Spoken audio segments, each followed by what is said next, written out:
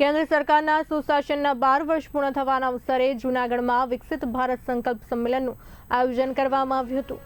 અવિરત 12 વર્ષ વિશ્વાસ, વિકાસ અને જનકલ્યાણના સૂત્ર સાથે યોજાયેલા કાર્યક્રમમાં વિવિધ ક્ષેત્રના પ્રબુદ્ધ નાગરિકો જોડાયા। સંમેલનમાં જૂનાગઢના સાંસદ રાજેશ ચુડાસમા અને રાજ્યસભાના સાંસદ માનસિંહ પરમાર વિશેષ ઉપસ્થિત રહ્યા। કાર્યક્રમમાં ડોક્ટરો, વકીલો, શિક્ષકો, ઉદ્યોગપતિઓ અને ચાર્ટર્ડ એકાઉન્ટ્સ સહિતના આગેવાનો મોટી સંખ્યામાં હાજર રહ્યા। વિકસિત ભારતના સંકલ્પ સાથે વિકાસ, સુશાસન અને જનકલ્યાણના વિવિધ મુદ્દાઓ પર ચર્ચા કરવામાં આવી। સંમેલન દરમિયાન કેન્દ્ર સરકારની વિવિધ યોજનાઓ અને છેલ્લા 12 વર્ષના વિકાસ કાર્યોની પણ રજૂઆત કરવામાં આવી।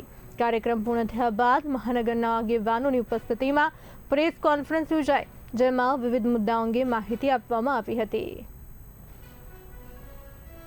આજે દેશમાં નરેન્દ્રભાઈના નેતૃત્વમાં 12 વર્ષ પૂરા થવાને ધ્યાનમાં રાખી અને સમગ્ર દેશમાં એક ઉજવણીના ભાગરૂપે ભારતીય જનતા પાર્ટી દ્વારા વિકસિત ભારત સંકલ્પ અભિયાન શરૂ કરી અને આજે સંમેલન રાખવામાં આવ્યું હતું।